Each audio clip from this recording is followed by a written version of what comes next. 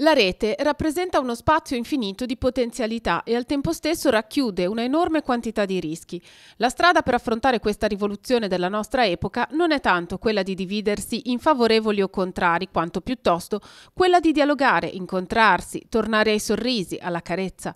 È uno dei passaggi chiave del messaggio di Papa Francesco per la 53esima giornata mondiale delle comunicazioni sociali ed è l'approccio tenuto da Stefano Pasta, docente al Dipartimento di Pedagogia dell'Università Cattolica di Milano, nel corso del primo appuntamento organizzato da Azione Cattolica Diocesana per il mese della pace.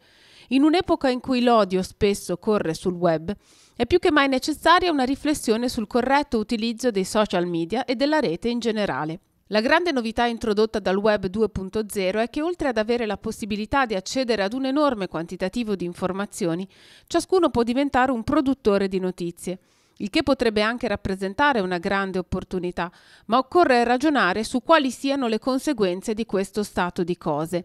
Infatti, visto il ruolo sempre più preponderante delle emozioni nell'orientare le scelte quotidiane, non importa tanto la veridicità della notizia o l'affidabilità della fonte, quanto piuttosto il flusso di conversazione e di emozione che essa produce. Insomma, educare ad un uso responsabile dello strumento è e resta una sfida decisiva. Sì, direi che è proprio la sfida decisiva.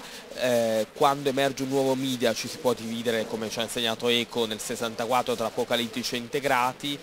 All'epoca, nel 64, il nuovo media era la televisione, la risposta educativa è stata educare lo spettatore al pensiero critico. Questo non basta più, è una parte importante, ma oggi abbiamo con lo smartphone e quindi il produttore di notizie che ciascuno di noi è diventato, la sfida importante di educare alla responsabilità, quindi alle conseguenze di ciò che noi produciamo.